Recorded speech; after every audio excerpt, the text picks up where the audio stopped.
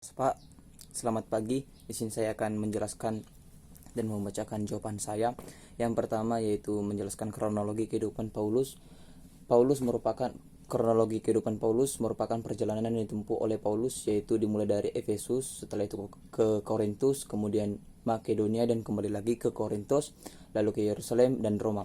Ia lahir di Tarsus yang diperkirakan setelah kelahiran Yesus, dan kedua orang tuanya adalah Yahudi. Namanya dulu ialah Saulus, dan dia sangat benci dengan orang Kristen, selalu menganiaya orang Kristen dan bahkan membunuh orang Kristen. Namun setelah dia bertemu dengan Yesus sewaktu perjalanannya menuju Damsyik, dan dia bertobat dan ia mengubah nama menjadi Paulus, dan setelah itu dia menjadi pelayan Kristus dan rela mati untuk Kristus. Dan yang kedua yaitu menjelaskan tentang pembagian kitab perjanjian baru. Yang pertama yaitu kitab Injil yang terdiri dari Matius, Markus, Lukas, dan Yohanes. Dan yang kedua kitab sejarah yaitu Kisah Para Rasul. Yang ketiga surat-surat Paulus yang juga dibagi menjadi beberapa bagian. Yang pertama pokok-pokok pikiran Paulus, 1-2 Tesalonika, 1-2 Korintus, Galatia, Filipi, Filemon, dan Roma. Dan yang berikut surat-surat pseudo Paulus yaitu Kolose, Efesus, surat pengembalaan seperti 1-2 Timotius dan Titus, dan yang terakhir surat kepada orang Ibrani. Yang keempat surat-surat Am yaitu Yakobus, 1-2 Petrus, 1-2 dan 3 Yohanes serta Yudas, dan yang terakhir ialah kitab Wahyu. Dan soal yang ketiga, coba saudara jelaskan pemahaman saudara atas kitab Filipi.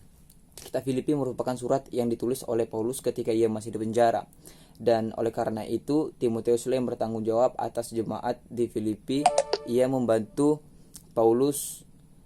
Nah, surat ini bertujuan untuk menguatkan jemaat di sana, menyerukan agar berhati-hati terhadap ajaran sesat seperti penganut keyahudian. Dan bukan hanya itu, Paulus juga melalui surat ini memberikan arahan agar jemaat di Filipi tetap rendah hati, bersatu, karena memang pada waktu itu Paulus mendapat berita bahwa lawan-lawan yang berhasil masuk ke Filipi mencoba untuk mempengaruhi jemaat di sana.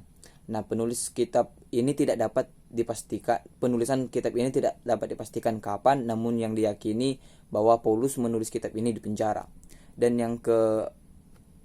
soal yang keempat yaitu surat pseudo Paulus. Pseudo merupakan kitab yang dipercaya bukan Paulus sebagai penulis aslinya. Yang termasuk kitab ini adalah Kolose, Efesus, 1-2 Timotius, Titus, dan kitab Ibrani.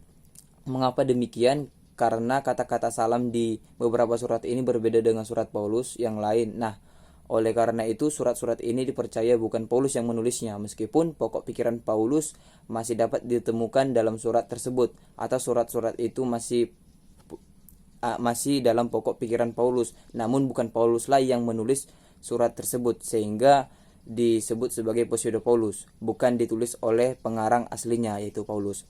Dan yang kelima tentang kitab Yakobus. Kitab Yakobus merupakan kitab yang terdiri dari serangkaian nasihat-nasihat, dan bagian yang terpenting dari surat ini adalah mengenai iman dan perbuatan, yaitu dalam Yakobus 1 ayat 14-26. Jika kita ingin mengetahui siapa Yakobus di kitab Yakobus ini, maka kita harus mempertimbangkan orang-orang yang memakai nama Yakobus di perjanjian baru, seperti Yakobus anak Zebedeus dan Yakobus saudara Yesus. Surat ini tidak mengandung masalah-masalah tentang hukum-hukum ritual yang berbicara, dan hanya berbicara cukup sederhana tentang hukum kemerdekaan yang terdiri dari perbuatan yang secara moral baik menurut Yakobus 2 ayat 8. Terima kasih Pak Horas.